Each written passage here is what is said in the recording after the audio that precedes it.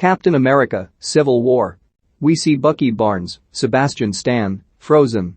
He is then defrosted by Hydra operatives and brainwashed, via certain words in a book, into performing an extraction mission, and to provide no witnesses.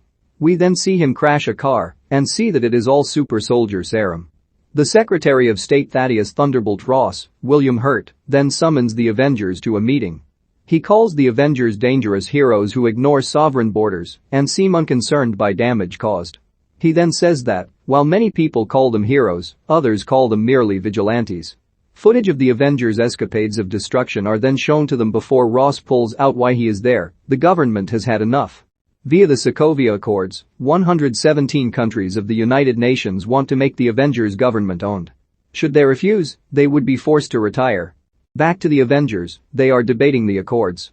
Tony, still affected by his revelation over Charles Spencer, wants to accept it, while Steve doesn't want to. Steve then gets a text that Agent Carter, Haley Atwell, has passed away in her sleep.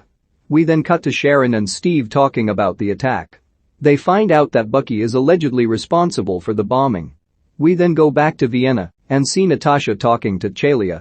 He says that he wasn't his father and he vows to bring Bucky in and kill him himself. Steve then calls Natasha after Black Panther storms off and she warns him not to go after Bucky. Sharon Carter then gives Rogers her info and we see Zemo in a hotel room with a book of programmed words he uses to control Bucky, as well as a red device, important later. We then see Bucky being interrogated just as the red device seen in the hotel room arriving near a communications central. The interrogator then reveals himself to be Zemo just as the red device reveals itself to be an electromagnetic wave bomb that cuts off all power to the city. Zemo, with the book, then brainwashes Bucky into obeying him and demands a mission report for the date of 12/16/1991 like the man earlier. Rogers appears and tries to fight him, but he ends up being kicked inside an elevator shaft. While Rogers tries to get back up, the brainwashed Bucky attacks Stark Carter Romanoff Black Panther. Bucky though, somehow escapes and ends up on a helicopter. Rogers, however, is already there and pulls down the helicopter which ends up sending the two out of the building and into the pool below. Bucky then awakens to find himself tied up and accompanied by Rogers' Wilson. Wilson asks Bucky what he knew, and Bucky says that he wasn't the only Winter Soldier. Both teams then face each other, and a giant fight occurs. Both Team Cap and Team Iron Man fight each other. Eventually, during the fight, Falcon tells Steve and Bucky to take off and for the other members of Team Cap to continue fighting to make a distraction. Just as the latter are about to escape, though, Vision shows up for Team Iron Man.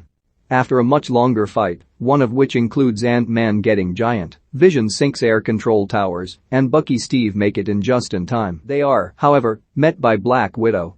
Black Widow, however, stuns War Machine behind them and tells Steve Bucky to not make me regret this decision.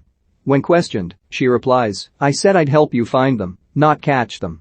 Iron Man, War Machine, and then Falcon fight and try to get to the aircraft of the two. Vision, however, accidentally shoots War Machine out of the sky and he falls straight down to the ground to Tony's horror. On the plane, Steve wonders to Bucky if he made the right choice.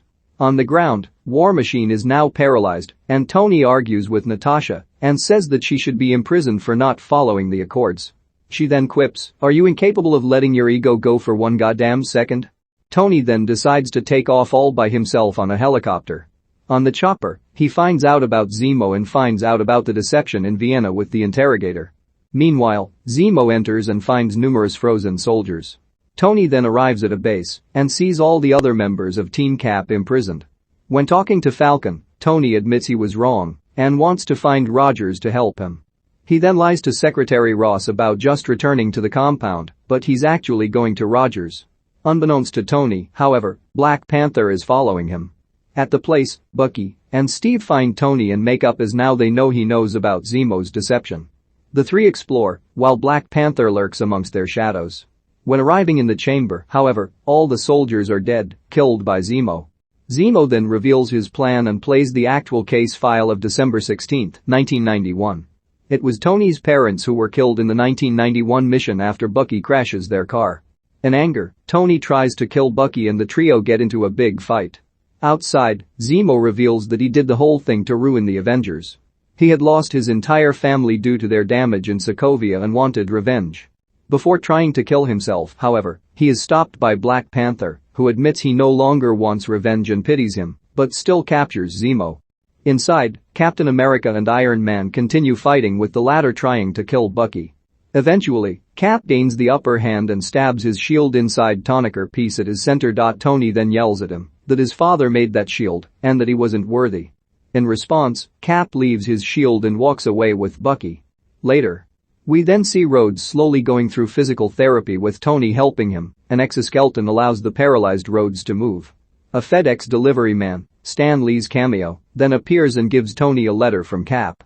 In the letter, Cap says that the Avengers are Tony's and that he apologizes for not telling him the truth about his parents earlier. He then says that he wished they agreed with the Accords and no matter what, he needs them, the Avengers, as one. We then see Team Cap broken out of their imprisonment. The film then ends with the phrase "Spider-Man will return."